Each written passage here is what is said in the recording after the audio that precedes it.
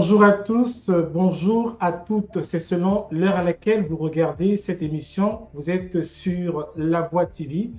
L'émission, c'est Ngenza. Nous recevons un invité. Il s'agit de Monsieur Privat Ngomo.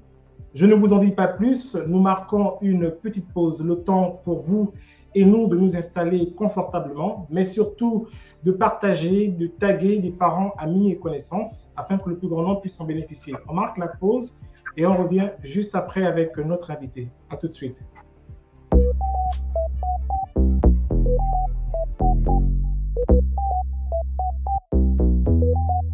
No way.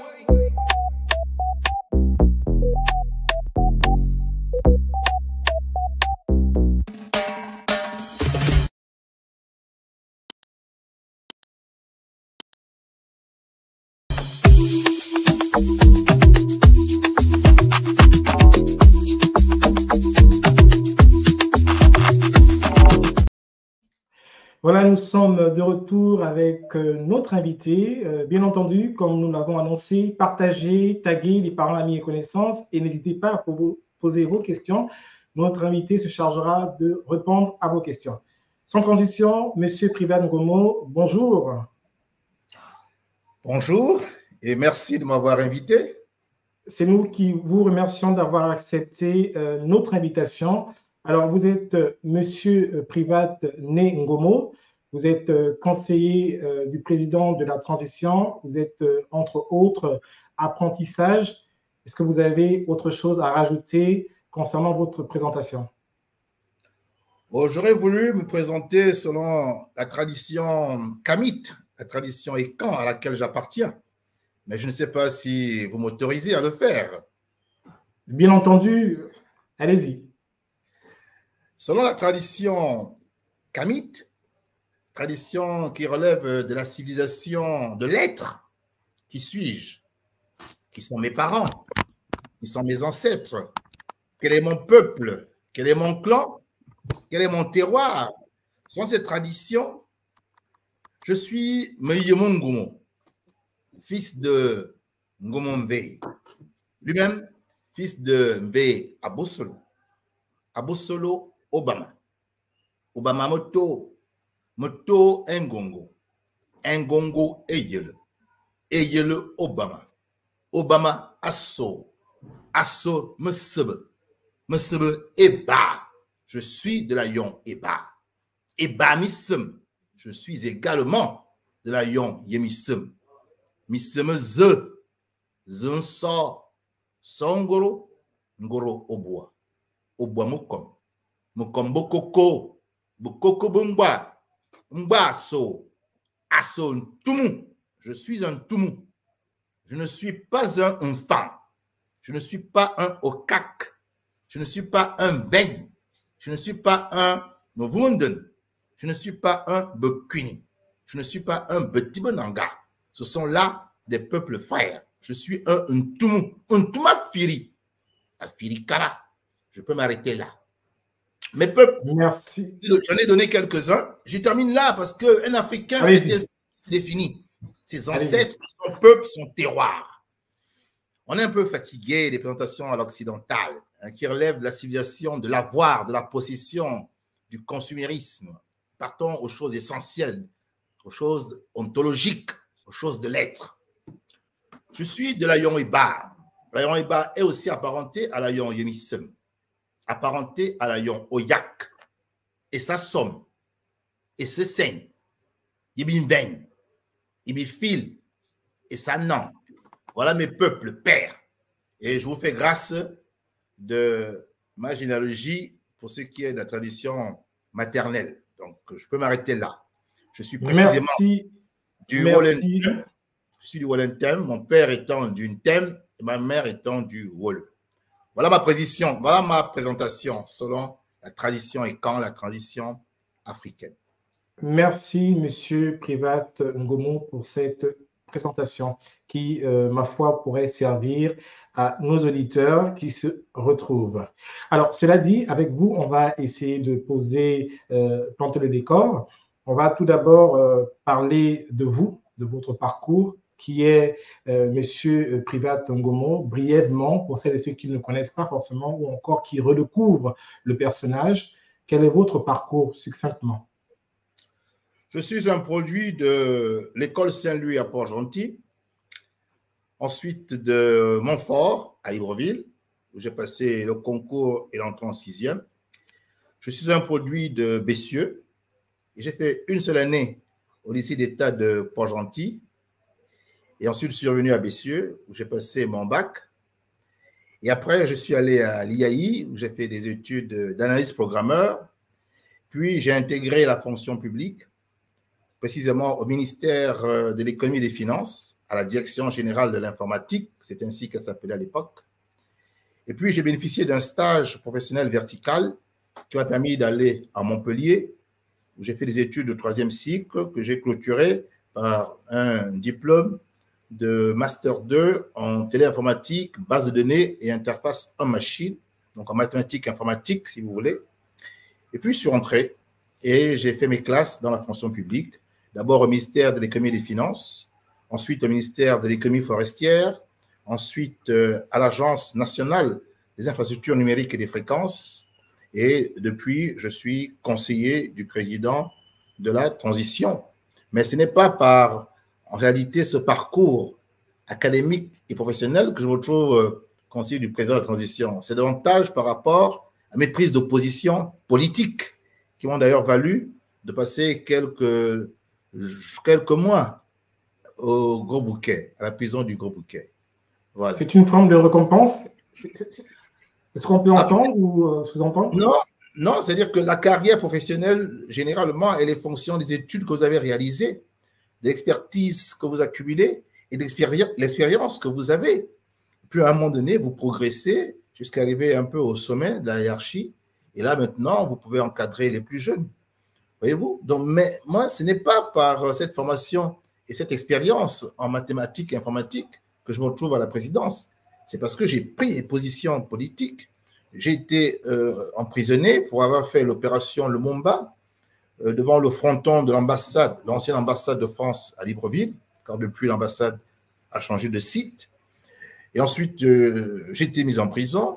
J'ai passé 10 longs mois au Bagnard. Ensuite, quand je suis sorti, j'ai créé un mouvement, le New Power. Je pense qu'on en parlera un peu plus tard dans l'émission. Et puis, j'ai, à travers ce mouvement, commencé à véhiculer les idées de souveraineté, de lutte anti-France-africaine et de panafricanisme, voire de néo-panafricanisme. Et j'ai souhaité que ces idées soient entendues lors de la dernière campagne présidentielle qui s'est soldée, comme on le sait tous aujourd'hui, par le coup de libération.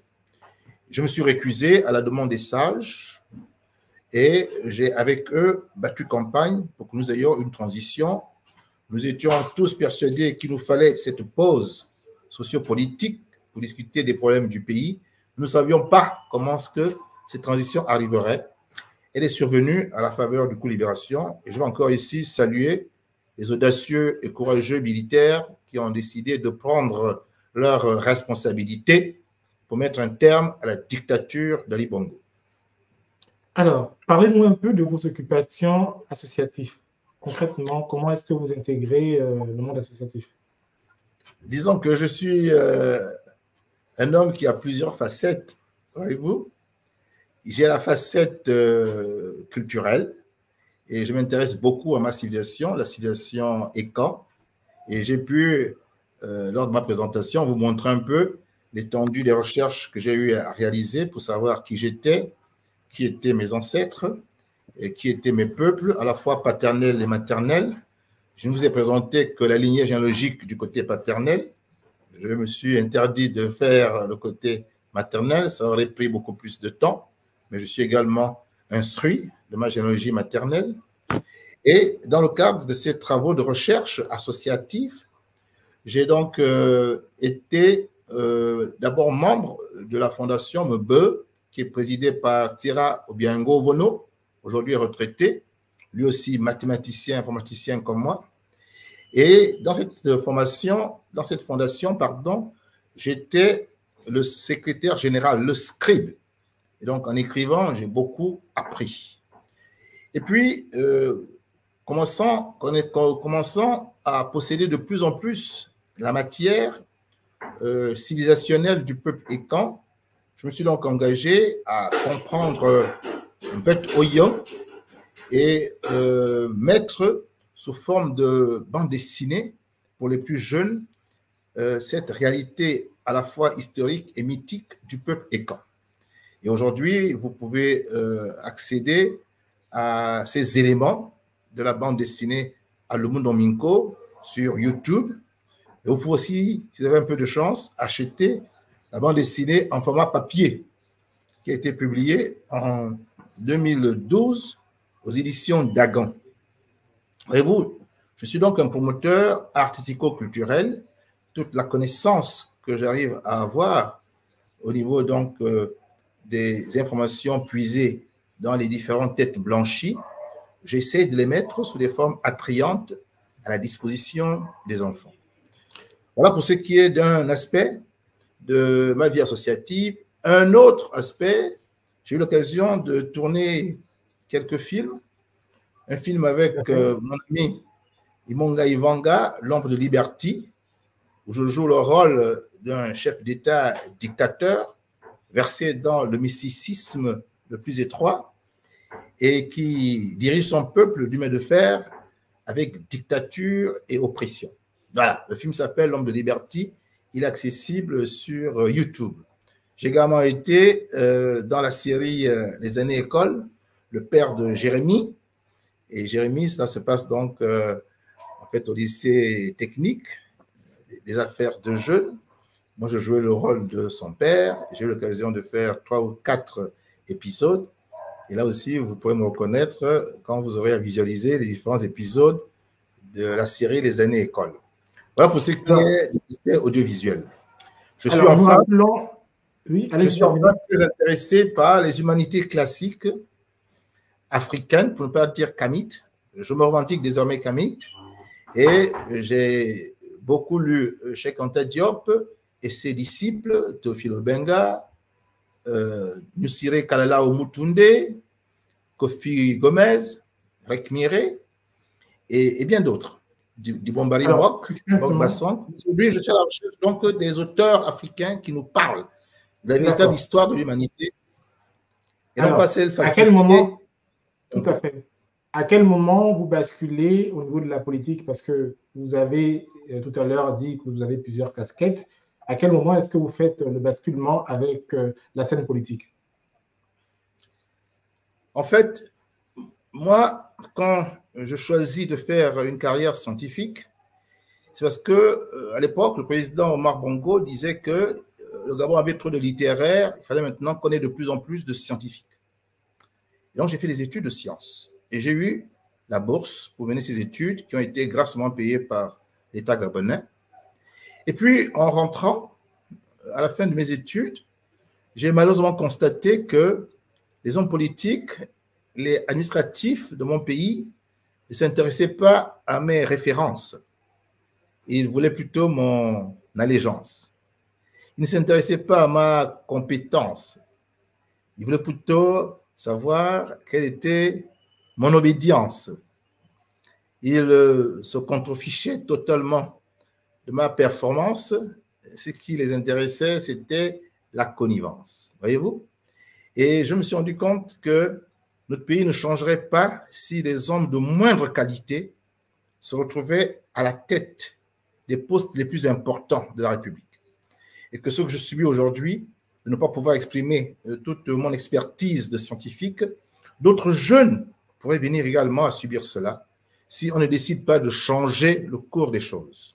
J'ai donc décidé de m'engager politiquement et j'ai commencé à le faire en 2009, après le décès d'Omar Bongo Ondimba.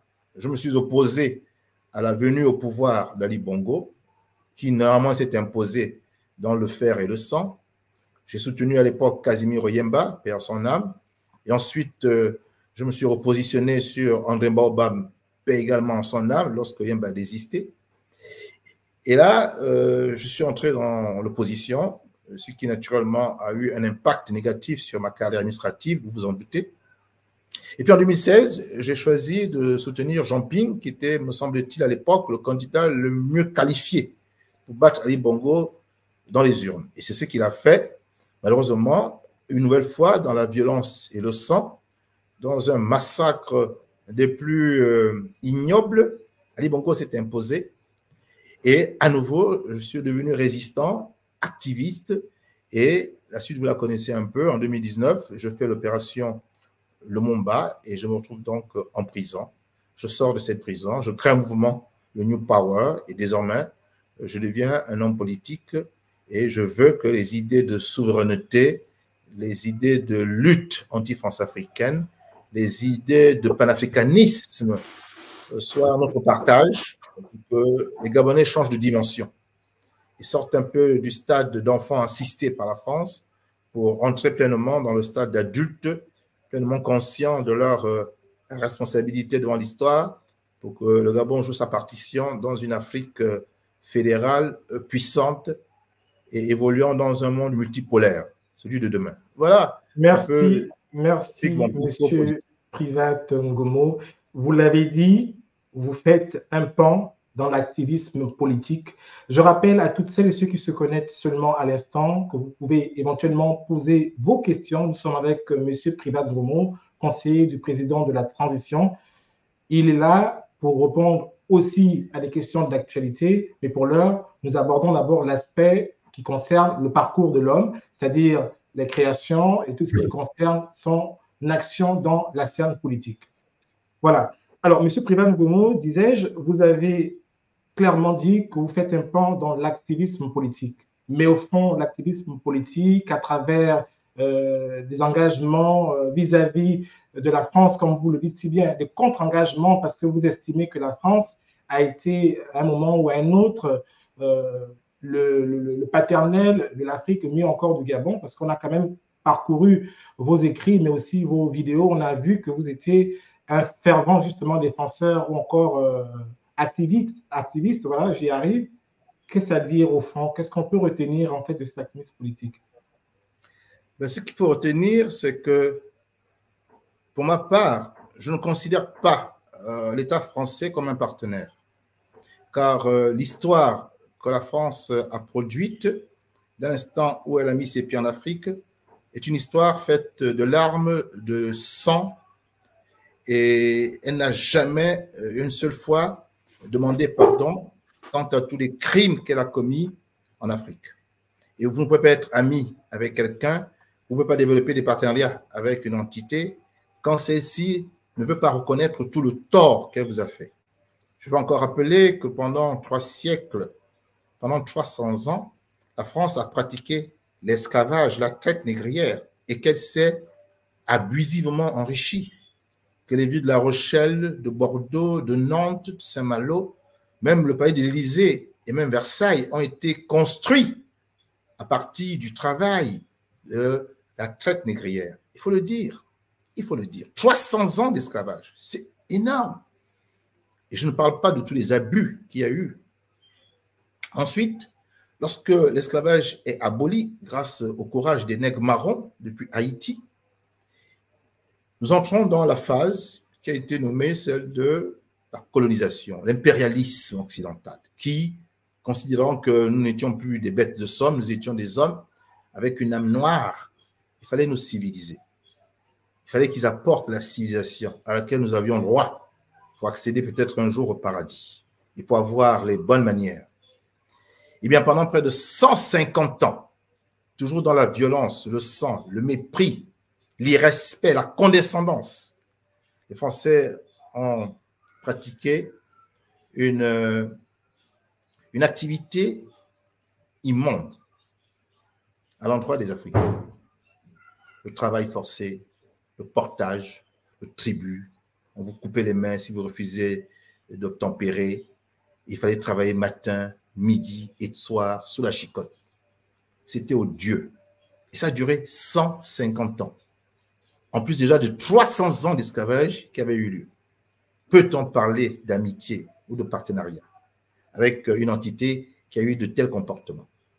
Enfin, lorsqu'arrive la Seconde Guerre mondiale et que les Africains décident d'aider leurs bourreaux pour se sortir maintenant des bottes hitlériennes, eh bien, nous entrons dans la phase des pseudo-indépendances, car Jean de Gaulle n'a pas tenu sa parole. Il avait promis l'indépendance, la liberté aux pays africains, si ces derniers, à travers donc ces hommes, se battaient donc aux côtés des Alliés pour vaincre le Troisième Reich allemand. Il n'a pas tenu sa parole. Il a maintenu les colonies africaines sous le joug de la France, dans l'Union française. Et donc, mais il a fallu encore se battre. Il a fallu encore se battre pour que nous puissions acquérir notre indépendance. Et malgré cela, nous sommes entrés dans le néocolonialisme avec la France-Afrique. Voilà la réalité des rapports que nous avons avec la France. Il n'y a pas là d'amitié, il n'y a pas là de partenariat. Il faut le dire aux Africains, il faut le dire aux Gabonais. C'est cela. À partir donc, c'est suite à tout cela que vous positionnez pour dire que vous allez mettre en place justement l'activisme politique qui vise à pouvoir faire des déclarations tout azimut pour vous faire entendre. C'est cela? Mais dès l'instant où vous avez cette connaissance et que vous avez le courage d'apporter ces informations, en face, vous n'avez aucun démenti. Et donc, vous êtes crédible. Et les Gabonais peuvent écouter ce discours. Ils peuvent comprendre que la situation qu'ils connaissent dans leur pays n'est pas le fait des leaders, puisque ces leaders sont sous la tutelle, sont sous la mainmise de la France. Il faut comprendre que pour la France, ce qui importe, ce ne sont pas les Gabonaises et les Gabonais. Donc, c'est toujours le cas actuellement. Juste une parenthèse. Vous pensez que c'est toujours le cas actuellement avec le CETRI? Mais bien sûr. Ça n'a pas vraiment changé. Vous ne pensez pas qu'une réalité... Mais laissez-moi terminer la phrase. Non, parce qu'on poursuit, on va y revenir. Oui, mais ne pensez pas qu'une réalité de près de 6 siècles change comme ça parce qu'il y a eu un coup de libération. Il y a des réalités structurelles dont je fais état. Voyez-vous? Et puis il y a des éléments, il y a des éléments qui relèvent de la circonstance. Donc moi, je ne suis pas suffisamment naïf pour penser qu'un événement, fut-il heureux, va cacher toute une réalité structurelle qui existe depuis maintenant des siècles. D'accord. Alors, et donc, vous créez le New Power, la vision poursuivie, parce qu'il y en a qui se demandent, aujourd'hui, M. Privat Ngoumo est conseiller du président de la transition. Il a décrié longtemps, justement, les pratiques qui ont été faites, qui ont été orchestrées par l'ancien régime. Et ces pratiques, ça, ce que les uns et les autres disent, sont encore là. Il est conseiller du président de la transition et il est devenu muet. On ne comprend plus qu'est-ce qui se passe. Il a créé un mouvement qui est tapis dans l'ombre. On ne sait pas ce qui se passe. Donc, peut-être nous dire clairement quelle est la vision aujourd'hui poursuivie par la plateforme New Power, brièvement. Alors, d'abord, une boutade à l'endroit de ceux qui s'intéressent maintenant à Privat Ngoumo. Je vais dire quand même que quand je me battais au risque de ma vie pour que notre pays sorte de la France-Afrique, très peu s'intéressaient à moi. Très peu ont soutenu mon combat. Voyez-vous? Je pensais même que j'étais irresponsable. Et maintenant que j'accède aux sphères du pouvoir, les mêmes qui ne m'ont jamais apporté leur soutien s'interrogent maintenant de mon mutisme.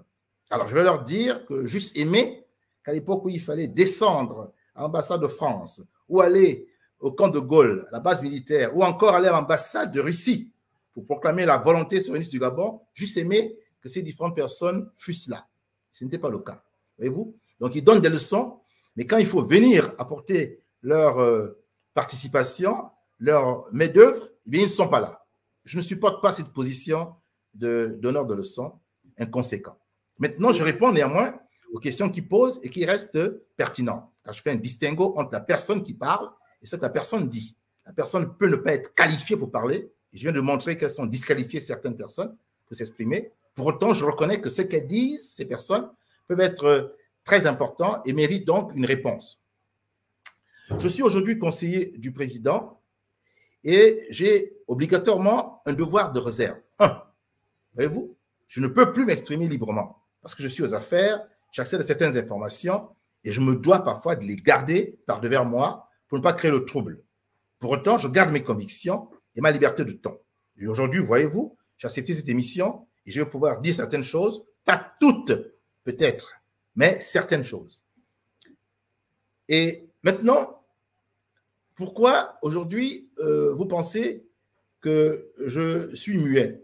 Je suis muet parce que je n'ai plus besoin d'aller dans la rue. Je n'ai plus besoin de passer à la télévision ou bien sur les réseaux sociaux pour dire des choses que je peux présenter sous des formes très techniques au président de la transition. Donner des conseils qui vont toujours relever du triptyque qui est celui du New Power, c'est-à-dire des conseils autour de la souveraineté du Gabon, des conseils autour de la lutte anti-France africaine, c'est-à-dire lutter contre l'influence néfaste de la France, des conseils autour du panafricanisme, que le Gabon embrasse la dimension panafricaine et qu'on commence à remettre en cause le Gabon d'abord qui nous dessert par rapport à la dynamique de l'histoire. Voilà les conseils que je donne. Un conseiller ne décide pas. Un conseiller propose des avis, propose des conseils argumentés. C'est ce que je suis en train de faire. Et je n'ai pas systématiquement besoin de venir sur les réseaux sociaux pour clamer cela.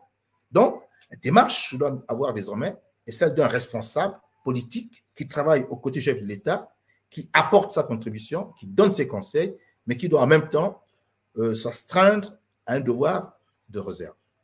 Voilà ce que je peux dire à mes contempteurs, puisqu'ils posent cette question, ils veulent savoir. Peut-être croient-ils que changer de bord et que j'ai renié mes convictions, ils ne sont pas dans ma tête, ils ne sont pas dans mon cœur, ils ne sont pas dans mon esprit. Je reste le même pour ce qui est des idées et des valeurs que je défends. Alors, qu'en est-il justement de la vision poursuivie par la plateforme New Power? Voilà le rôle de la plateforme dans la transition. Alors, lorsque nous avions eu un échange, le président et moi, il m'avait demandé surtout d'éviter de froisser la France parce qu'il prenait le pays dans une situation relativement délicate et il n'aimerait pas que des collaborateurs, à travers leurs actions, rendent difficile un travail de négociation. Je l'ai parfaitement compris. Je ne suis pas forcément d'accord avec le chef de l'État, mais je comprends cette posture qu'il a adoptée. Dès cet instant, je me suis dit que le New Power allait davantage se concentrer sur le premier point du triptyque, c'est-à-dire la souveraineté, et mettre volontairement entre parenthèses la lutte anti-France africaine et le néo-panafricanisme. Je dis bien entre parenthèses, car le moment ne s'y prête pas. Il faut parfois être stratégique, et les militaires ont justement le sens de la stratégie. Aujourd'hui, le CTRI, le président de la transition et moi, et le New Power, nous entendons sur le premier point du triptyque, c'est-à-dire la souveraineté. Un patriote est forcément un homme attaché à la souveraineté de son pays. Il se bat pour sa patrie, il veut que sa patrie soit justement indépendante, qu'elle soit libre et souveraine. C'est le point sur lequel nous allons nous accorder. Donc, le New Power va désormais travailler sur cette dimension-là, la dimension de la souveraineté. Chaque fois qu'il faudra que nous puissions avoir une réalité qui nous permet d'avoir plus de souveraineté, alors le New Power montera au créneau. Par exemple, je termine là, dans peu de temps, le New Power fera certainement une sortie pour prendre position sur le référendum par rapport à la nouvelle Constitution. Mais je pense que beaucoup plus tard dans l'émission, nous aurons l'occasion d'en parler. Voilà un peu la stratégie aujourd'hui dévoilée du New Power, une mise entre parenthèses des questions qui peuvent fâcher, c'est-à-dire d'une part la lutte anti-France africaine et d'autre part le panafricanisme, mais par contre un accord stratégique de partenariat et d'action collective sur la souveraineté du Gabon. Merci, M. Trivat Ngomo. Il y a que vous dites que vous êtes un apprentissage. Qu'est-ce qu'un apprentissage et dans quel domaine exerce-t-il concrètement? Alors, l'apprentissage. Pourquoi je suis un apprentissage?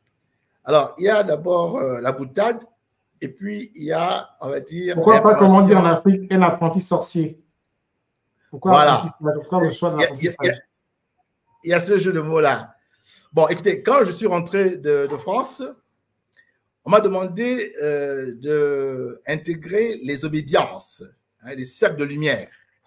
Et vous savez que dans les cercles de lumière, il y a 3 étapes, 3 statuts, le statut d'apprenti, le statut de compagnon et le statut de maître. Si vous n'êtes pas informé, je vous donne dans cette information. On est d'abord apprenti, puis compagnon, puis maître. J'ai toujours refusé d'appartenir donc à ces humanités parce que je ne veux pas assumer le passif dont ils sont responsables depuis les années 60. Et donc, je me suis toujours tenu à bonne distance, même si j'ai avec ces différentes personnes de bonnes relations, on va dire d'amitié et même de fraternité. Et donc, quand les sages, eux, par contre, les sages du Gabon, qui sont imbus de la culture et la civilisation africaine, m'ont demandé de rejoindre le camp de la transition, je me suis rapproché d'eux Et j'ai donc décidé de me mettre à leur école, d'apprendre auprès des sages. Et donc, devenir un apprenti. Pas un apprenti sorcier, non, un apprenti sage. C'est-à-dire une personne qui est en apprentissage chez les sages.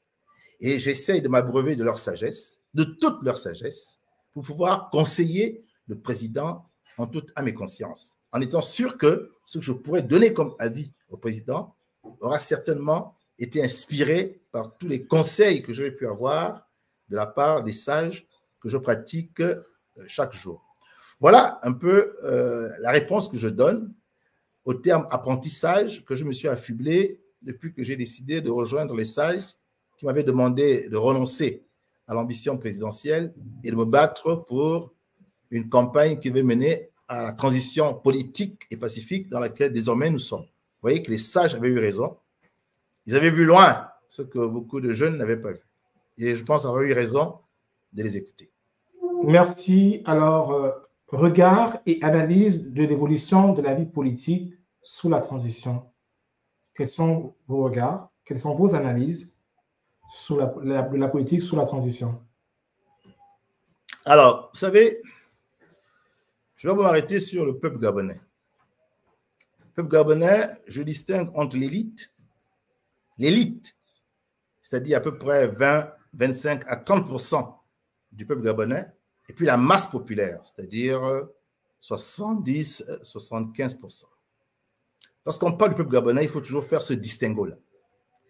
Et dans l'élite, il faut déjà considérer les différences qui nous traversent. Aujourd'hui, vous avez une élite qui soutient le CTRI, qui soutient la transition. Je fais partie de cette élite. Ayant voulu une transition, cette transition est survenue à la faveur du coup de libération. Je me dois donc de soutenir cette transition par les positions que j'ai défendues en voulant qu'il y ait une transition politique et pacifique dans mon pays. J'appartiens donc à l'élite qui soutient l'élite dirigeante. Pour ne pas dire que je suis même moi parmi l'élite dirigeante, à ma position de conseiller du président de la transition. Et puis il y a une élite qui, elle, s'oppose. Je ne citerai pas les noms, vous les connaissez. Qui s'oppose à la transition, qui s'oppose au CTRI, qui s'oppose même à la personne du président général Oligui Nguema. Voyez-vous? Et puis il y a une troisième catégorie de l'élite qui refuse de s'impliquer dans la vie politique, trouvant que c'est un milieu malsain, par trop dangereux, on y laisse souvent des plumes. C'est une élite qui, ma foi, est un peu couarde et donc se met en retrait et parfois est indécise, ne prend pas position. Voici les trois types d'élites que nous avons. Voyez-vous?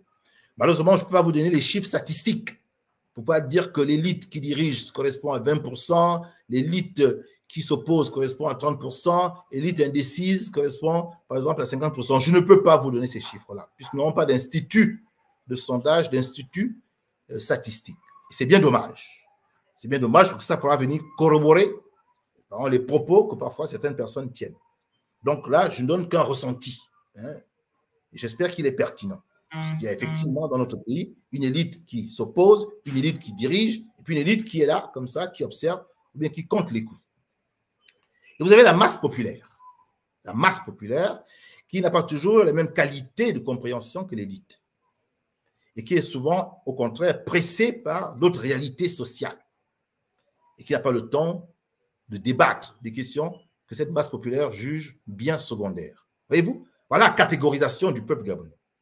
Alors maintenant, quand on veut faire une lecture de la transition, eh bien, il faut faire une lecture par rapport à ces différentes catégories que je viens de présenter. Prenons la catégorie la plus importante, la masse populaire, qui représente entre 70 et 75% des Gabonais. Mais pour cette masse populaire, la transition se passe plutôt bien. Parce que cette masse populaire fait la comparaison avec les 14 années d'échec d'Ali Bongo. Alors, c'est vous qui le dites ou bien, comme vous l'avez si bien signifié, il y a un sondage parce qu'au fond, il n'y a pas de sondage. Hein, si on reprend vos propos pour faire des statistiques pour estimer que 70% ou 60%, sur quoi vous vous basez pour faire cette évaluation? Bon, voyez-vous, c'est ça la difficulté lorsqu'on va avoir un discours objectif. Le manque d'éléments quantitatifs. Le manque d'éléments quantitatifs. Voyez-vous, Car si nous avions des chiffres pour appuyer des raisonnements, on dirait que cet homme qui s'exprime dit la vérité, car les chiffres sont là pour le confirmer. Donc, à défaut de chiffres, je ne peux livrer que mon ressenti, que ce que je vois, que ce que je perçois, et les discussions que j'ai avec les uns et avec les autres. Et moi, je vis à Libreville. Vous êtes à l'étranger. Je circule dans les quartiers. Je circule dans les voies. J'entends les réflexions. Je peux vous dire que lorsque le régime d'Ali Bongo est tombé le 30 août 2023, bien, je pense que plus de 70% des Gabonais étaient contents. À l'exception peut-être des 30% qui ont toujours soutenu le PDG et ses leaders. Mais la grande majorité des Gabonais étaient contents de savoir que ce régime est tombé. Et là, on n'a pas besoin d'avoir des chiffres statistiques. Il fallait simplement regarder la rue et entendre les discours qui étaient prônés. On sortait d'une dictature qui allait être content de continuer à vivre sous le joug d'un tyran. Donc, ce sentiment de joie s'est propagé ensuite pendant la première année de la transition du CTRI avec les différentes réalisations que le président Brice Clotaire Oligui Nguema, le CTRI et le gouvernement ont eu à effectuer. Je ne vais pas entrer dans les détails de tout ce qui a été fait, mais par exemple, aujourd'hui, certains leaders de l'opposition qui étaient en exil sont rentrés et s'expriment sans être inquiétés. Mais demandez à Zibi Bertrand, demandez à moi, demandez à Jean-Rémy Yama, demandez à beaucoup d'autres. Il leur suffisait de dire un mot contre le régime d'Ali pour se retrouver au Niouf. Il y a déjà un changement là, n'est-ce pas? Regardez les journaux, regardez les médias, ils sont un peu plus libres de s'exprimer.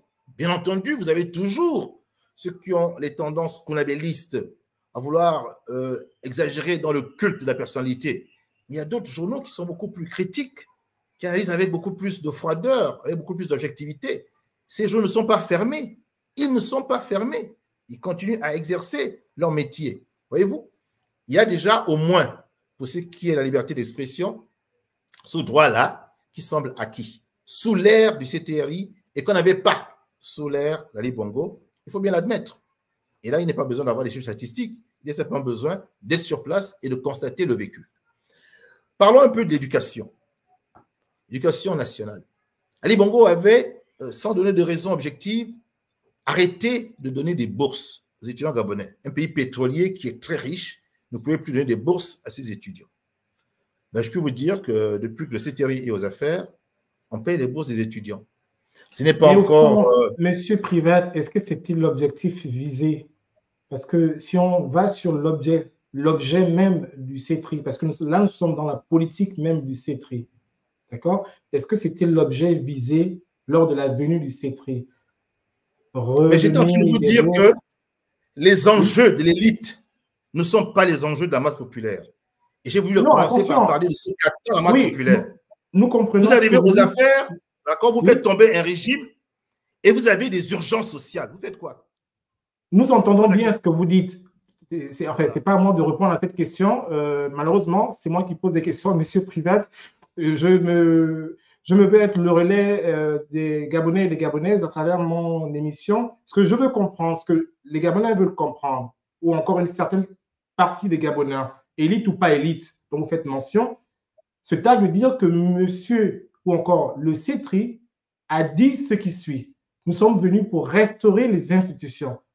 Ne pensez-vous pas que ça aurait été primo, la restauration d'une institution, avant de pouvoir rentrer de plein pied dans ce qui est aussi important? Nous ne disons pas que ce n'est pas important, mais là, au fond, il y a une constatation qui dit qu'au fond, on n'a pas la restauration d'une institution, nous ne savons pas exactement à quel niveau nous en sommes. Vous voyez un peu qu'on est un peu dans deux poids, deux mesures, non? Pas du tout. Monsieur, pas du tout. Pourquoi vous le dites? Mais j'explique. Oui. Quand le CTRI prend le pouvoir, il a ses objectifs. Il n'a pas consulté le peuple. C'était un groupe de militaires dans le secret qui a décidé d'agir avec courage et ils ont réussi leur mission. Ils ont mis par terre le régime d'Ali Bongo. Voilà. Ils n'ont pas consulté le peuple. Ils avaient une mission, c'était de restaurer les institutions. Mais quand maintenant ils prennent les affaires en main, mais ils constatent les réalités du terrain. Quelles sont ces réalités? Les urgences sociales. Oui, bien entendu. Mais vous posez une question, vous ne voulez pas répondre. Allez-y. Vous êtes occupé de poser des questions qu'à la fin, vous Non, n'aurez c'est pas pour comprendre. C'est pour comprendre. Mais justement, si vous voulez comprendre, laissez donc dérouler. Donc, le CTRI prend le pouvoir avec un objectif, restaurer les institutions. Objectif républicain noble. Mais quand il prend le pouvoir, il prend aussi les affaires de l'État. Les affaires de l'État, c'est aussi des affaires sociales. Il prend le pouvoir en septembre, il y a une entrée scolaire en octobre. Qu'est-ce qu'ils font? Ils laissent tomber la rentrée scolaire, ils laissent tomber les bourses, ils laissent tomber la question, par exemple, l'entrée scolaire des fournitures. Non, il faut traiter cette question qui n'a rien à voir avec la restauration des institutions, mais qui participe de la vie au quotidien des Gabonais. Car pour les Gabonais, ils veulent voir justement leur vécu journalier changer. Il faut tenir compte de cette urgence sociale. Et quand tu es militaire et que tu es un homme pragmatique, tu tiens compte de ce que la réalité te dicte. Et ce qu'ils ont fait, ils ont dû répondre aux urgences sociales. En même temps, ils ont mis en place un agenda qui, lui, s'inscrivait dans la dynamique de la restauration des institutions. Quel était cet agenda? Un, le dialogue national inclusif. Voyez-vous, ça faisait partie justement du travail de réflexion collective que l'on devait avoir pour que les Gabonais puissent donner la vision d'avenir. Et on a tous constaté que sur les 38 000 propositions des Gabonais, il y avait à peine 17% qui parlaient de restauration des institutions. Le reste parlait des questions sociales. Alors, vous arrivez aux affaires et vous vous rendez compte que le peuple... Mais non, là, par contre, on a les chiffres. On a les chiffres. Les membres du ministère de la Fondation et des institutions nous ont livré les chiffres. Ils ont reçu toutes les informations via la plateforme informatique mise en place par la NINF. Ils ont dit qu'ils ont reçu près de 38 000 propositions des Gabonais. 38 000, c'est le chiffre qui a été donné. Ils ont donné les pourcentages par rapport aux thématiques qui ont été abordées. Et ils ont dit que près de, je pense, 17 000 ou plus propositions portées exclusivement sur le social. Un peu comme si le peuple, lui, eh bien, il ne s'intéressait pas vraiment aux institutions. Il s'intéressait à la vie de tous les jours, à la cherté de la vie, au panier de la ménagère, à l'insécurité, au chômage. Voici les questions qui intéressent le peuple. La masse populaire. Maintenant, l'élite, elle, celle que vous représentez, celle qui est à l'étranger, la diaspora, elle a d'autres préoccupations. Voyez-vous? C'est-à-dire la restauration des institutions. Mais quand vous êtes aux affaires, vous tenez compte de la masse la plus importante. La masse la plus importante, je suis désolé, c'est la masse populaire. Et elle, son enjeu du moment, ce n'était pas la restauration des institutions, c'était comment notre quotidien va-t-il s'améliorer. Voilà. Et un militaire pragmatique tient compte de cette réalité qu'il découvre quand il prend le pouvoir. Et on ne peut pas leur tenir rigueur pour avoir été proche des considérations du peuple. Merci, Monsieur Privat Ngomo. Alors, nous restons toujours dans la sphère politique. Regard et analyse de la rentrée politique du PDG. Il vous souviendra aussi que lors d'une allocution d'un des membres du CETRI, pour ne pas le citer, Monsieur Manfumbi Ulrich, le porte-parole du CETRI, disait, je le cite, qu'il y aurait une suspension des partis politiques jusqu'à nouvel ordre. Je paraphrase, je ne veux pas contextualiser tous ces propos, mais il y a quelques semaines, le PDG, contre toute attente, a effectué sa rentrée politique. Quelle observation faites-vous, vous qui avez été défenseur des droits de l'homme, vous qui êtes défenseur des droits de l'homme, qui avez été, on va dire, là à combattre l'ancien régime Parti démocratique gabonais. Quand vous avez vu cette rentrée, quels étaient vos ressentis? Alors, je vais répondre à cette question selon deux volets. Le premier volet, c'est que les sages avec qui je suis avaient suggéré la suspension de tous les partis politiques lorsqu'on était au mois d'octobre 2023. Nous estimions que c'était la meilleure façon de rentrer dans une nouvelle ère, c'est-à-dire de mettre de l'ordre dans la maison politique du Gabon, de définir de nouveaux critères, quitte à reprendre les anciens critères, mais surtout de les appliquer. Nous puissions avoir un nombre de partis politiques en rapport avec le corps social, avec le collège électoral de notre pays. Ça nous semblait pertinent de suspendre les partis politiques pour pouvoir faire ce travail.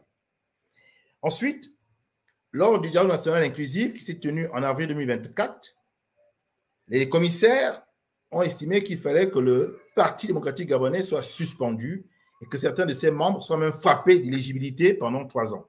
Mais c'était là une recommandation. C'était là une recommandation. Et je pense que le CTRI aurait bien voulu appliquer cela pour pouvoir avoir les coudées franches et travailler. Mais il ne vous a pas échappé que l'ambassadeur de France était à cette sortie politique. Ce qui d'ailleurs est une première. En réalité, un ambassadeur s'en tient aux officiels et ne va pas vers les partis d'opposition. Mais qui est le PDG pour la France? Le PDG est l'instrument politique sur lequel il s'est toujours appuyé pour contrôler notre pays. Ce PDG aujourd'hui est dans l'opposition. Et la France veut toujours témoigner qu'elle est attachée à un instrument qui lui a permis de dominer notre pays. Vous voyez que ça m'attriste. Mais tant vous avez vu ça, vous n'avez pas dénoncé cela, vous avez eu écho de cela, vous êtes resté tapis dans l'ombre, comment ça se fait? Écoutez, vous savez, on ne prend pas la parole toujours pour prendre la parole. On prend la parole lorsqu'elle peut avoir un impact. Qu'aurait servi la dénonciation? Elle aurait amené l'ambassadeur à venir à la télévision s'excuser. Elle aurait servi que l'ambassadeur vienne reconnaître que pendant près de 56 ans, la France a travaillé avec le PDG pour exploiter notre pays. Vous savez, il faut prendre la parole lorsque vous savez que ça va avoir un impact. Ça peut changer les choses. Sinon, vous vous taisez. Et on ne réagit pas systématiquement. On ne réagit pas systématiquement parce qu'il faut réagir, parce qu'on pourra dire oui, mais moi, j'ai plus la parole. Non. On réagit quand on estime que la parole que l'on va donner aura un impact. Si ça n'a aucun impact, on se tait. Et on attend le moment où cette parole aura un impact pour maintenant l'exprimer. Donc, moi, je n'ai pas eu le besoin de dénoncer. Là, je ne dénonce pas. Je fais simplement une analyse simple. Je constate que l'ambassadeur de France, le nouvel ambassadeur de France, a assisté comme invité à la sortie du PDG. J'ai trouvé ça relativement curieux. Je l'ai constaté. Mais connaissant, moi, les ressorts de la France-Afrique, je ne suis pas surpris, car je sais que le PDG est un instrument qui a beaucoup servi à la France pour que cette dernière continue à contrôler notre pays et surtout à exploiter nos immenses richesses.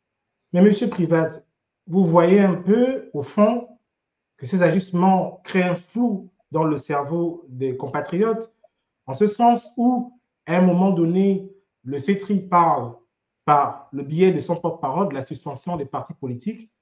Et contre toute attente, on voit, pour reprendre vos propos, l'ambassadeur de France qui est invité à une rentrée politique d'un parti qui a été quand même, qui a malmené le peuple pendant belle lurette. Ça ne vous intrigue pas ou plus que cela? Vous avez en parlé au président, qu'a-t-il dit? Il a observé, il a regardé. Est-ce qu'on n'est pas là dans une sorte de l'arbre qui cache la forêt? Écoutez, je vais vous dire une chose. Ce peuple gabonais, masse populaire et élite, peut-il être déterminé à affronter la France-Afrique, à affronter la France? Si le gouvernement actuel décide, comme on le voit au Mali, au Niger, au Burkina Faso, d'affronter la France, est-ce que les Gabonais pourront tenir si pendant 6 mois, la France refuse d'envoyer nos réserves à la BEAC pour qu'on puisse payer les fonctionnaires? Les Français gabonais peuvent-ils tenir 3 mois avec le CTRI contre la France?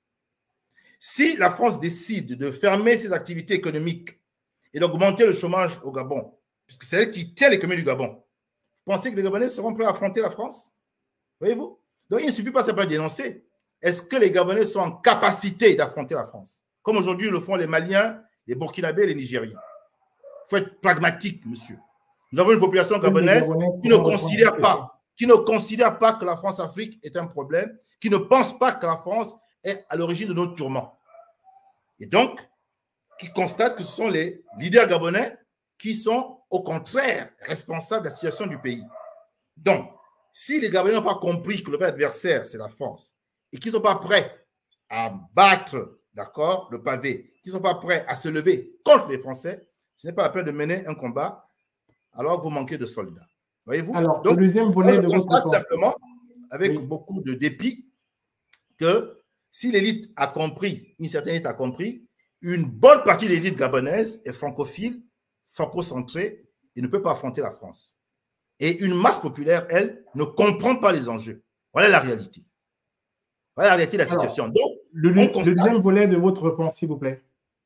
Le deuxième volet, c'est que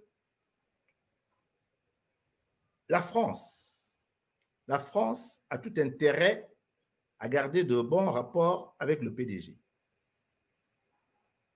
Parce que le PDG a été un instrument qui a beaucoup servi pour que la France poursuive sa prédation, la prédation de nos richesses. Je parle d'une France qui a quand même participé à la création du PDG. C'est elle qui a conçu le monopartisme, c'est elle qui a conçu l'idée d'unité nationale, de lutte contre le clanisme, contre le tribalisme, contre l'ethnicisme, pour qu'il n'y ait qu'un seul parti qui serait donc un parti-État. C'est une vue des officines françaises que Omar Bongo a accepté, et pas lui. Tous les chefs d'État francophones ont accepté cette option qui avait été suggérée par les officines élyséennes de la cellule africaine de l'Élysée. Voyez-vous? Bien. Et donc, ça a marché pendant les années de monopartisme et encore même après les années 90. Il y a des hommes donc qui sont redevables à la France. Ces hommes sont au PDG. Et si la France a l'intention de continuer à contrôler notre pays, elle a besoin de s'appuyer sur ce parti, de s'appuyer sur ces hommes. C'est la raison peut-être pour laquelle il y a eu, je pense, je n'ai pas l'information, je ne fais que subodorer, il y a dû avoir une pression faite au CTRI de ne pas aller vers une suspension des partis politiques parce que cela aurait laissé entendre que le CTRI fait entrer le pays dans une dictature encore plus forte que celle d'Ali. Mais c'est grave ce que vous êtes en train de dire, monsieur le conseiller. Mais je vous donne une analyse. Okay. Je vous donne une analyse, monsieur. À vous maintenant d'apprécier. Non, c'est le peuple qui appréciera. Je suis en train de faire une analyse. Vous me posez une question, je vous réponds en toute sincérité. Moi, je suis un disciple de Lamarck. Je dis la vérité. Oui, nous sommes sur Ngentsa, qui veut dire vérité. Voilà. Tout à fait. Et donc, je vous donne une analyse intellectuelle. Après, vous pouvez trouver que c'est grave. Mais moi, je pense que ce n'est pas anodin que l'ambassadeur de France se retrouve à la rentrée politique du PDG. Ce n'est pas anodin.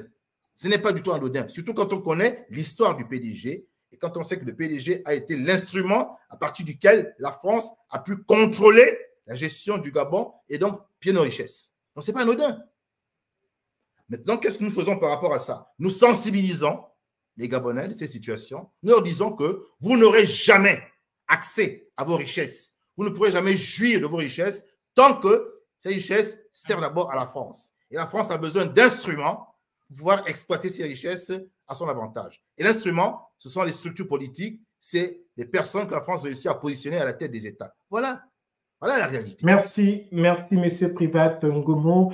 Nous allons marquer une petite pause. Chers internautes, ne partez pas parce que la phase de vos questions maintenant va arriver. On va prendre le temps de prendre, on me dit dans l'oreillette qu'il y a beaucoup de questions.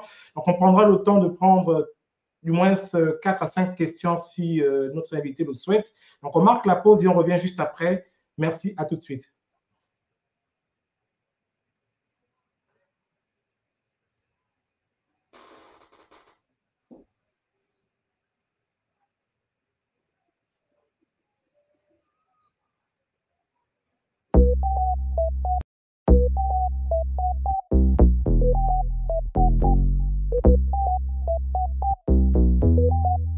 No way.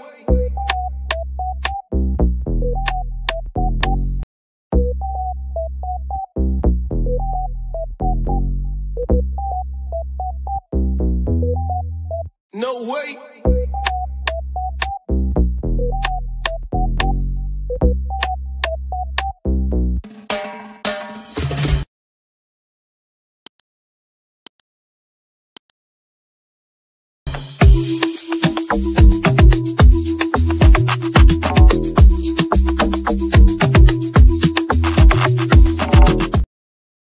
Voilà, nous sommes de retour avec notre invité. Il s'agit de M. Privat Ngomo, qui est conseiller du président de la transition, également apprenti sage. Nous arrivons tout doucement, mais sûrement, à la fin de notre émission. Mais avant, on va prendre quelques questions. La régie, s'il y a quelques questions. Première question de notre invité. Y a-t-il des questions?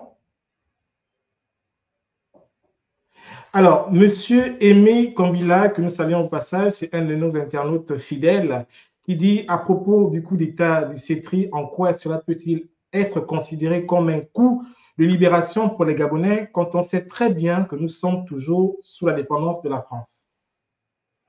Je vais répondre simplement à cette question. c'est l'allégorie de la marionnette et du marionnettiste.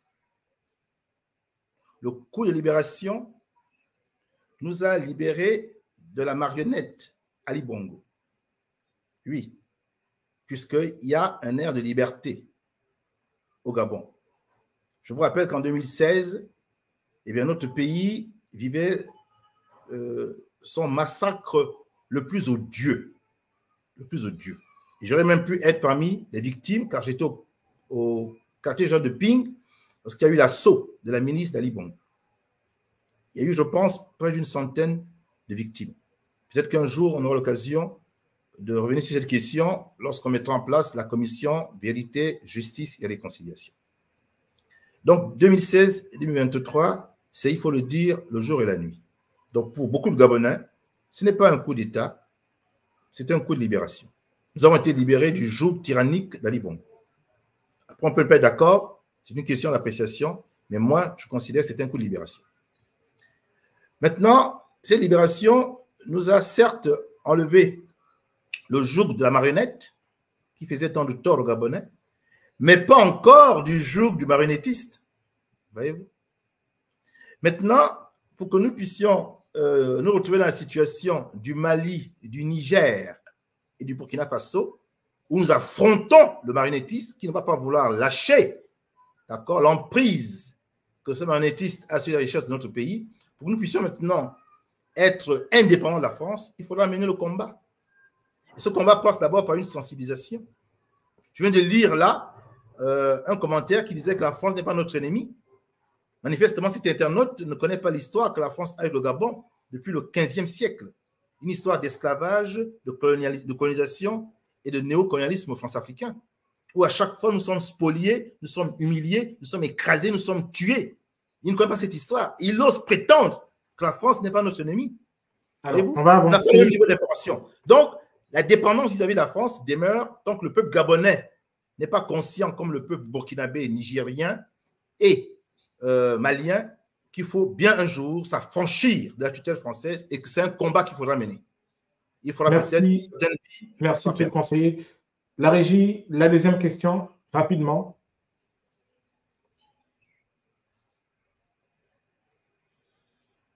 Deuxième question, rapidement.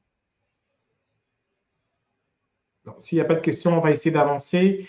Alors, monsieur Privat, est-ce qu'on peut prendre une autre question d'un autre internaute, s'il vous plaît, pour essayer d'équilibrer? Si monsieur Aimé Kambila, s'il y a quelqu'un d'autre, pour qu'on essaie d'équilibrer. Si on peut prendre une autre question. En attendant, monsieur Privat Ngomo, l'analyse et critique, la finalisation du texte, voilà, auquel les Gabonais sont soumis, notamment la loi fondamentale, la Constitution. Quelles sont vos analyses de forme et de fond sur ce texte? Écoutez, j'ai eu l'occasion de participer à une émission sur une chaîne, Télé Africa pour ne pas la citer, où on m'a posé cette question. J'ai relevé deux aspects. J'ai relevé l'aspect de l'élite et j'ai relevé l'aspect de la masse populaire. Et comme nous allons aller voter, c'est le plus grand nombre qui va triompher. Le plus grand nombre. Maintenant, est-ce que la masse populaire va lire les 172 articles de la Constitution avant d'aller voter? Ce n'est pas sûr. Ce n'est pas sûr. Mais elle ira voter et elle est la plus importante. L'élite qui ira voter est partagée. Entre ceux qui soutiennent cette Constitution, comme moi, je la soutiens de façon critique, et ceux qui la condamnent. Pour ma part, ma position est simple. J'ai eu à le dire quand je suis passé sur certains plateaux. J'aurais aimé une constitution de meilleure facture. J'aurais aimé une constitution de meilleure facture. Mais finalement, les constitutions ne valent que les hommes qui les appliquent en réalité. Ce n'est pas tant la qualité des textes aujourd'hui. Les constitutions, permettez-moi, ne valent que les hommes qui les appliquent. Cela dit, êtes-vous de cet avis qui dit que cette constitution a été taillée, non pas pour l'avenir, mais pour le général secrétaire Oligui Nguema? Je pense que la première mouture, semble-t-il, laissait entendre qu'elle était taillée pour le général président. Mais il y a eu un travail qui a été fait au niveau de la Pointe-Denis lors du séminaire gouvernemental où beaucoup d'aspects ont quand même été revus. Et cette deuxième version, qui de mon point de vue n'est pas toujours bonne, est déjà de meilleure qualité que la première. Voilà. Et comme je l'ai dit, c'est un texte qui n'est pas parfait, mais qu'on peut utiliser comme texte fondamental pour sortir de la transition et renouer avec le concert des nations. Donc, je reste dans une position pragmatique. Et déjà meilleur pour la première. Est-ce que vous avez un exemple sur lequel vous pouvez nous éclairer qui avait dans l'ancienne, dans la nouvelle, une disposition, par exemple? Une seule disposition, les conditions d'éligibilité. Oui. Au début, il fallait être de père et de mère gabonais et vos parents également nationalité gabonaise. Là, ils ont assoupli le texte.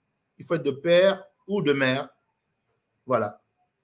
Et sur ce que l'article 170 se dit, je paraphrase, l'article 170 de la nouvelle Constitution parle des questions d'amnistie. Au fond, lorsque vous avez lu cet article, est-ce que ça vous parle plus que ça? Est-ce que vous vous êtes interrogé? Parce qu'il n'y a pas de complémentarité dans cet article. En ce que il y a juste cette disposition, voilà, on parle d'une question d'amnistie pour les personnes, pour la journée du 29, les personnes qui ont participé à la journée du 29 et du 30 août. Mais au fond, on n'a pas le fond même. Bon, moi, je donne ma position personnelle et puis je donne l'analyse qui a été faite. La position personnelle, c'est qu'il n'était pas nécessaire que l'on parle d'amnistie, alors que l'amnistie ne vient qu'après une condamnation. Y a-t-il eu condamnation des membres du CTRI qui ont perpétré le coup de libération le 30 août 2023? Non, il n'y a eu aucune condamnation. Or, l'amnistie est conséquente à la condamnation. C'est-à-dire que vous avez été condamné, mais on prend une amnistie pour justement vous garder libre. Voilà pour ce qui est de ma position personnelle. Il n'était pas nécessaire de mettre justement cet article faisant référence à l'amnistie. Voilà ma position personnelle. Maintenant, je crois que c'est un article qui a été mis en place par rapport à la communauté internationale. Car pour la communauté internationale, c'est un coup d'État qui a été fait. C'est un coup d'État qui a été fait. C'est-à-dire qu'il y a eu une rupture de l'ordre républicain par un coup de force. Et ceux qui sont rendus coupables de cela sont d'une certaine manière des criminels. Et donc, pour se préserver, d'accord, pour que la communauté internationale ne puisse pas un jour tenter quelque procès que ce soit, eh bien, les militaires se sont donné la possibilité, justement, de cette amnistie pour ne pas avoir à répondre de leurs actes devant la communauté internationale. Voilà un peu, moi, la réflexion que je fais, puisque pour les Gabonais, c'est un coup de libération qui s'est fait sans effusion de sang avec la chute d'une dictature. Donc, pour nous, c'est une bonne chose. Mais pour la communauté internationale, attachée à des règles, d'accord, de juridiction internationale, c'est un coup d'État. Et donc, auquel le Gabon a ratifié quand même. Les règles dont vous faites mention. Le Gabon en est partie prenante. Le Gabon a ratifié certaines de ces règles. Donc, en l'espèce, oui. J'entends bien, mais après, on fait le choix. Quand le Gabon souffrait sous le joug d'Ali Bongo, que faisait cette commission, que faisait cette communauté internationale? Qu'est-ce qu'elle faisait? Quand il y a eu des massacres en 2016, qu'est-ce qu'elle a fait? On ne va pas accepter le dictat de la communauté internationale systématiquement. Et puis, quand nous souffrons, nous devons nous taire. Moi, je crois que cet article reste controversé. Je le comprends. Mais si j'avais été de ceux qui avaient, par exemple, rédigé la Constitution, je ne l'aurais pas mis à l'intérieur. J'aurais attendu qu'il y ait, par exemple, une enquête. J'aurais attendu qu'il y ait des personnes qui soient condamnées. Et après, peut-être, parce que les Gabonais ont été libérés d'un jour, j'aurais accepté qu'il y ait une amnistie. Ce sera une chose qui se serait faite en dehors de la Constitution. C'est mon avis, c'est ma position. Mais je comprends.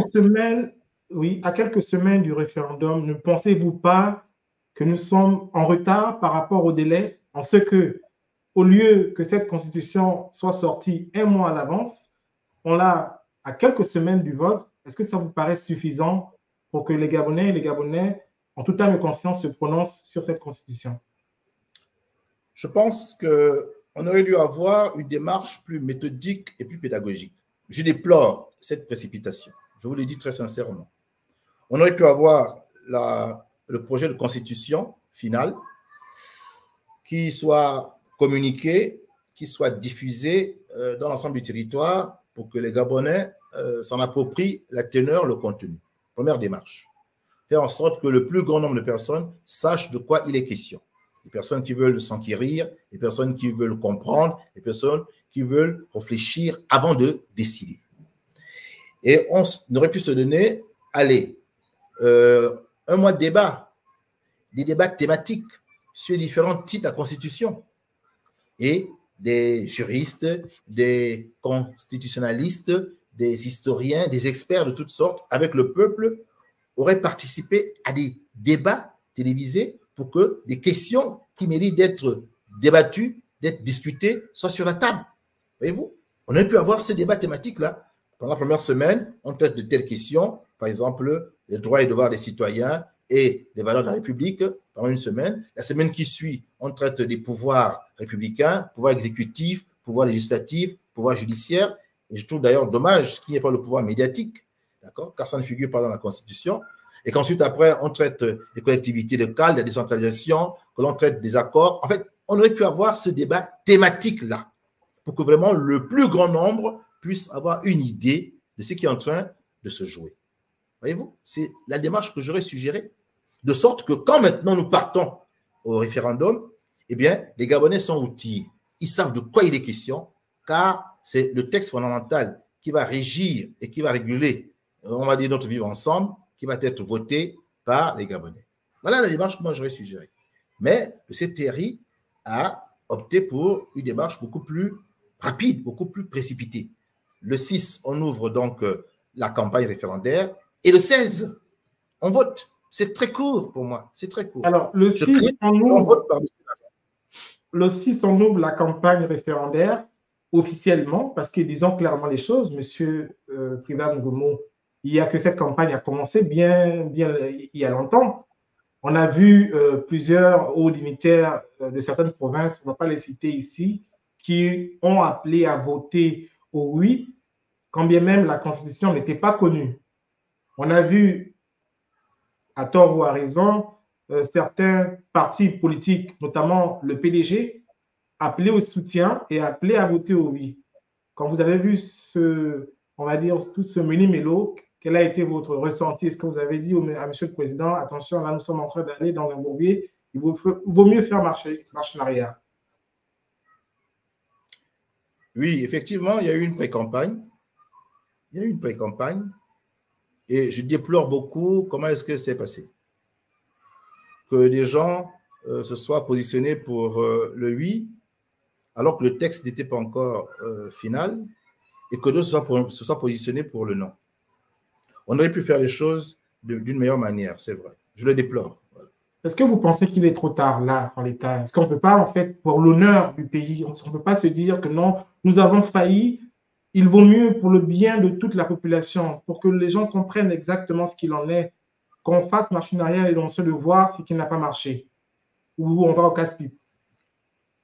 Moi, si j'étais un conseiller influent du président, ce qui n'est pas le cas malheureusement pour l'instant, ben, je lui demanderais de rebattre les cartes en faisant en sorte de surseoir au référendum dans sa date du 16 novembre, de faire en sorte que le texte soit encore de meilleure qualité, même si, comme je vous ai dit, au-delà de la qualité du texte, c'est la qualité des hommes qui fait la différence. Mais que si on veut un texte de qualité, qu'on revoit encore certaines dispositions, par exemple la disposition où le président dissout l'Assemblée nationale, il paraît quand même une disposition forte. C'est-à-dire qu'un pouvoir puisse avoir autant d'impact sur un autre pouvoir censé le contrôler, voyez-vous. Bon, mais ça, c'est mes positions personnelles. Hein. Ce ne sont pas les positions de ceux qui ont décidé d'écrire la Constitution dans ce sens-là. Donc moi, juste aimé vraiment que nous ayons plus de temps pour diffuser l'information, c'est-à-dire le projet final de Constitution, que nous puissions avoir des débats thématiques et que quand maintenant le monde gabonais sera suffisamment édifié sur les enjeux, eh bien ce monde gabonais aille voter en son âme et conscience. Voilà. C'est ma position. Merci, monsieur Privat Ngomo. Nous arrivons tout doucement, mais sûrement. Est-ce qu'il y a des questions, la régie? Est-ce qu'il y a encore une ou deux questions qu'on pourrait prendre sur le volet de la Constitution? Est-ce qu'il y a des questions? Si oui, faites-nous les parvenir. Alors, votre analyse sur le scrutin, sur le référendum, Qu'est-ce que vous en pensez? Est-ce qu'on a déjà une idée de comment ça va se passer? On a vu que le ministre de l'Intérieur a fait une communication tout récemment, mais est-ce qu'on sait, est-ce que vous savez si la diaspora est conviée? Comment ça va se passer? Bon, d'abord, c'est sur la base d'un code électoral qui est provisoire. Le ministre de l'Intérieur, je pense, a dû le rappeler. Le code électoral avec lequel nous partons aux élections référendaires est un code électoral provisoire. Un autre code électoral définitif se fera après. Donc, c'est déjà là un préalable, le code électoral. Deuxièmement, il faut que tout le collège électoral dispose de la carte d'électeur. Carte d'électeur que l'on a sur la base de la carte nationale d'identité électronique. Or, pour l'instant, je ne suis pas certain que tous ceux qui iront voter disposent de ces différents éléments, ces différents attributs qui attestent de leur identité. Je ne sais pas. Donc, ça risque d'être un véritable cafarnaum si au 16, on se rend compte qu'une bonne partie des Gabonais n'a pas sa carte d'électeur. Vraiment, je reste persuadé qu'on aurait pu mieux préparer ces référendums en se donnant du temps. On n'est pas pressé. Parce que qu'est-ce qui pressait? On a entendu certaines personnes dire, oui, la communauté internationale nous regarde, les bailleurs de fonds nous regardent, mais en quoi est-ce que les bailleurs de fonds, la communauté internationale, s'y intéressent aux questions qui concernent un autre État? Parce que là, à vous entendre, et vous-même vous vous rendez compte qu'il y a quand même une question, plusieurs questions qui restent en suspens, auxquelles les Gabonais n'ont pas forcément de connaissances. Est-ce que ceux qui sont à Beni Binza et ceux qui sont au fin fond de, je ne sais pas quel village autre je vais citer pour ne pas oublier certains, ont connaissance même de ce texte? Est-ce qu'ils comprennent la portée?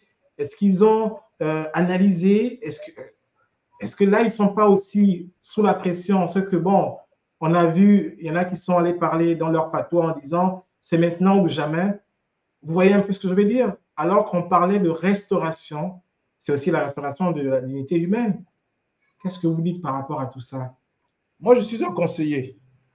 Je ne suis pas un décideur. Mais peut-être, Monsieur le Président, vous regardera, parce qu'on sait que je sais qu'il regarde ces émissions-là. Je donne mon avis. Officiellement. Je vais le donner. C'est mon avis. C'est un avis méthodique, c'est un avis pragmatique, c'est un avis presque scientifique. Les gens qui vont aller voter doivent le faire en ayant eu le maximum d'informations, le maximum de compréhension des enjeux. Et c'est le temps qui permet à ces personnes de disposer de l'information et de participer ou bien de suivre des débats et de se faire une idée. Et moi, je pense qu'un mois de campagne aurait été suffisant. Et pendant qu'on fait ce mois de campagne, d'accord, de sensibilisation, d'édification par les débats, eh bien, on finalise les préalables électoraux, c'est-à-dire la carte nationale identité électronique et la carte d'électeur, et on a un bon fichier électoral qui a été totalement, on va dire, purifié. C'est ma position. C'est celle que moi j'aurais à dire au président de la transition ou même au ministre de l'Intérieur. Après, quand vous êtes un conseiller et que vous donnez un avis ou bien 3 avis argumentés, eux, ils décident. Mais ça, c'est la position que moi, en tant que conseiller, j'aurais servi sur la table. J'aurais demandé qu'on prenne plus de temps pour que cette affaire, qui est quand même très importante, ne soit pas traitée par-dessus la jambe. C'est ça que j'aurais dit.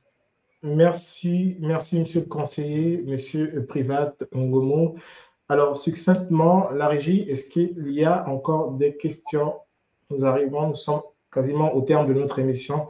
Monsieur Privat Ngomo, vous avez peut-être quelque chose à rajouter? Oui. Non? Si. Alors, un mot de fin, je pense. On arrive à la fin. Peut-être avant le mot de fin, on va peut-être revenir rapidement sur cette question, bien qu'elle est lointaine, mais c'est toujours important quand même d'y revenir. Est-ce que vous avez un avis à donner sur la question Mbagné? Mbagné, oui, j'ai un avis à donner. Le Gabon et la Guinée équatoriale. Vous avez vu les acteurs qui ont représenté le Gabon ou qui représentent le Gabon. Ça aussi, ça fait mouche. Vous avez vu un peu comment tout s'est passé, toute la déferlation sur les réseaux sociaux. Quelle est votre analyse par rapport à tout ça? J'ai une position panafricaniste, néo-panafricaniste. Je vous explique. En 1884-1885, il y a eu le congrès de Berlin qui a institué ce que nous appelons la logique berlinoise. La logique berlinoise, c'est une Afrique balkanisée, faible, riche, c'est vrai, mais dont les richesses vont être exploitées par ceux qui ont découpé l'Afrique dans des frontières artificielles.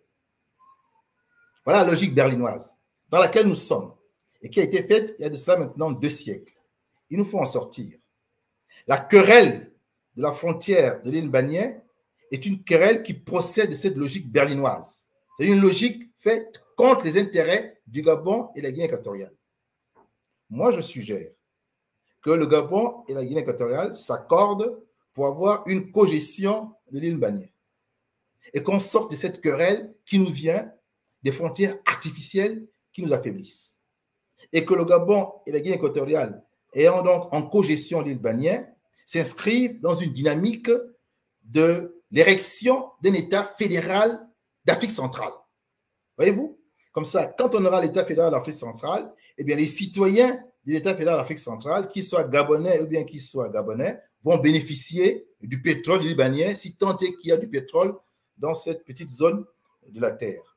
Voyez-vous? C'est une autre logique.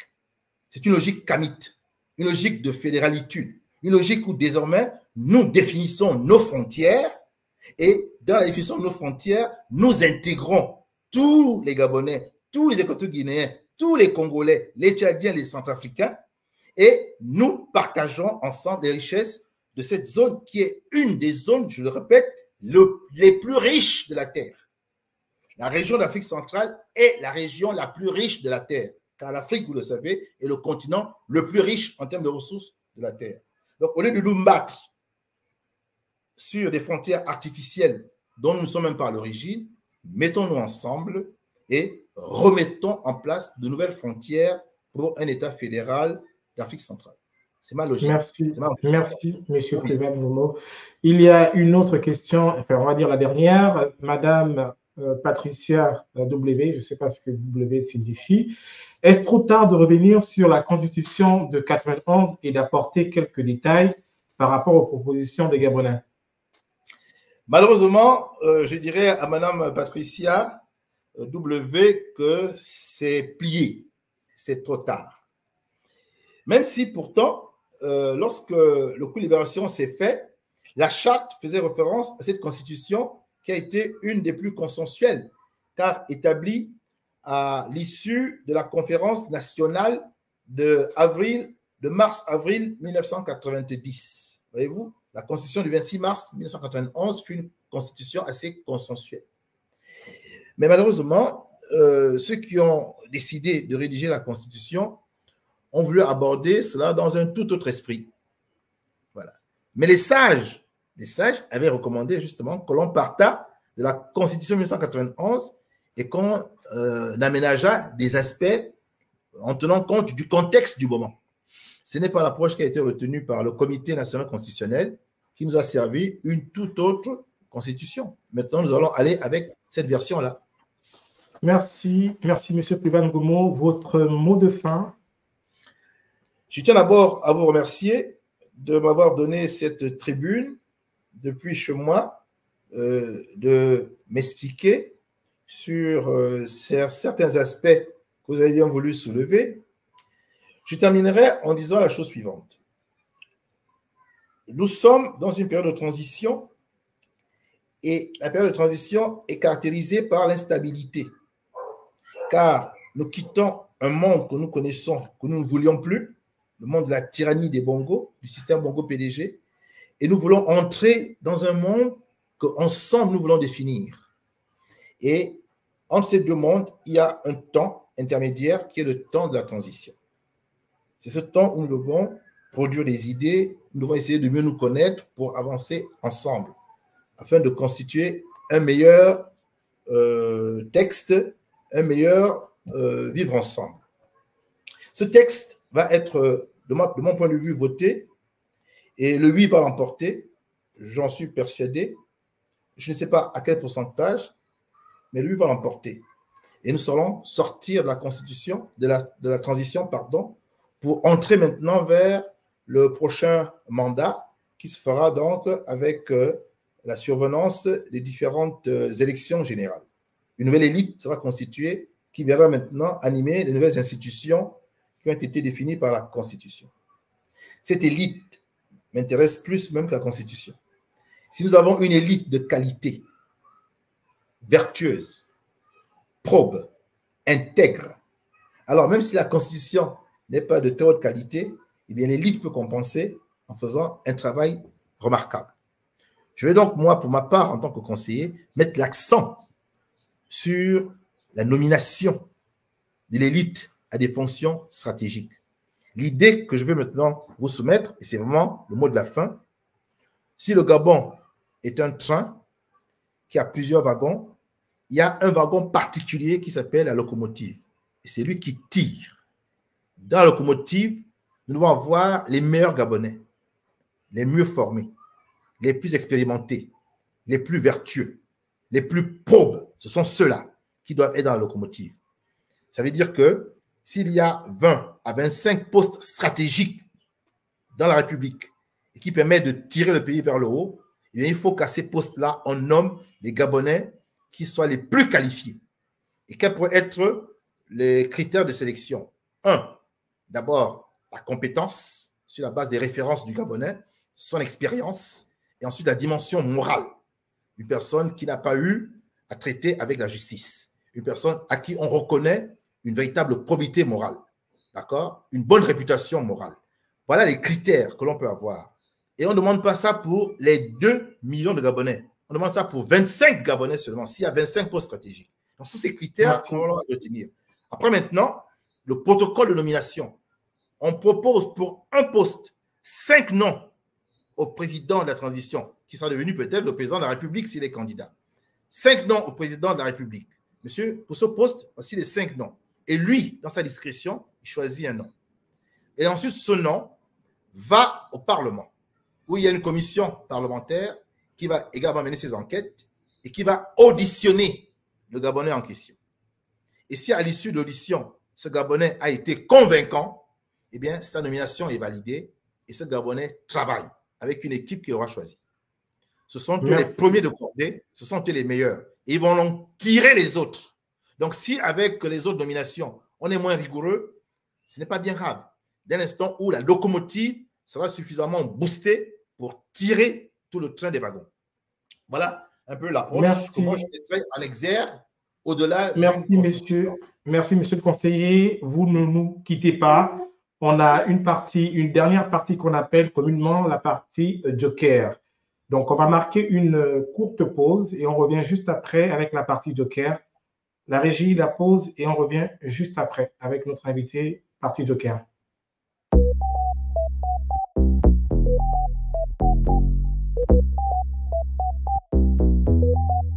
No way.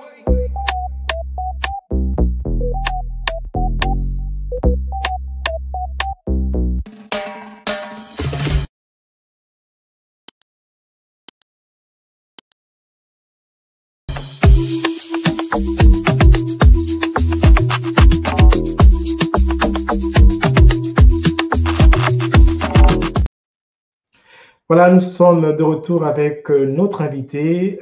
Alors, la partie Joker, comme vous l'avez déjà vu pour celles et ceux qui regardent nos émissions, il s'agit de présenter une personne connue ou pas connue. Et monsieur le conseiller, monsieur Prédat Ngomo, quand il sera face à cette personne, s'il est face à cette personne, quelle question il aimerait poser à cette personne? Donc, on a prévu 2 personnes pour vous. Et on attend que la régie nous fasse signe. On attend juste un tout petit peu et après, on présentera la première personne. La régie, s'il vous plaît.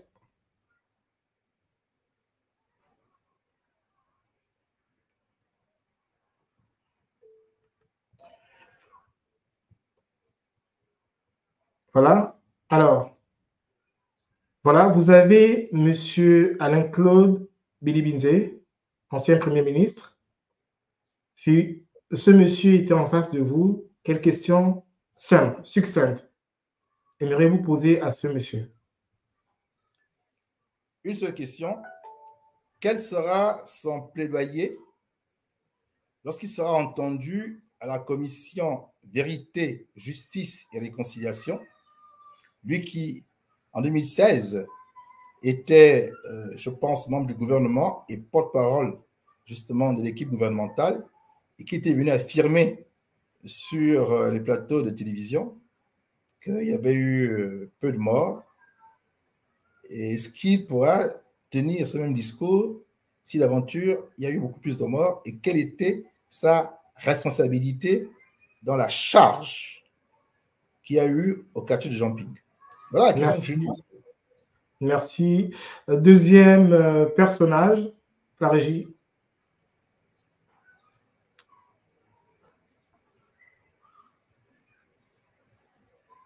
Deuxième personnage, notre invité attend.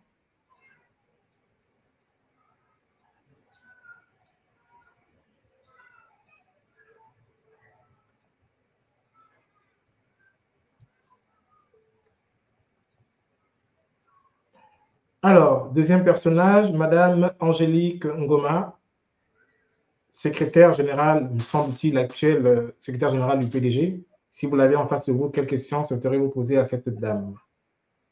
Je dirais simplement, à quel moment le PDG s'accorde-t-il de vivre dans l'opposition? Tout simplement. Merci. Alors, si on a été aux affaires et qu'on n'est plus aux affaires, on est à l'opposition et on a l'attitude d'un parti d'opposition. À quel moment le PDG accepte-t-il d'être dans l'opposition? Merci, Monsieur Privat Ngomo. Nous remercions également toutes celles et ceux qui ont regardé cette émission. Nous vous donnons rendez-vous dans 1h30 avec notre émission décryptage. Nous aurons à recevoir Madame Christiane Bitouga, Docteur Jacques Okoué, Madame Carole Alogo et celui qui aurait remplacé Madame Aminata Ondo qui malheureusement ne sera pas là. Donc, on vous dit à 18h30. À tout de suite pour notre émission décryptage. Merci et à tout de suite. Merci, Monsieur Privat, et à bientôt. Au revoir. C'est moi qui vous remercie de m'avoir invité.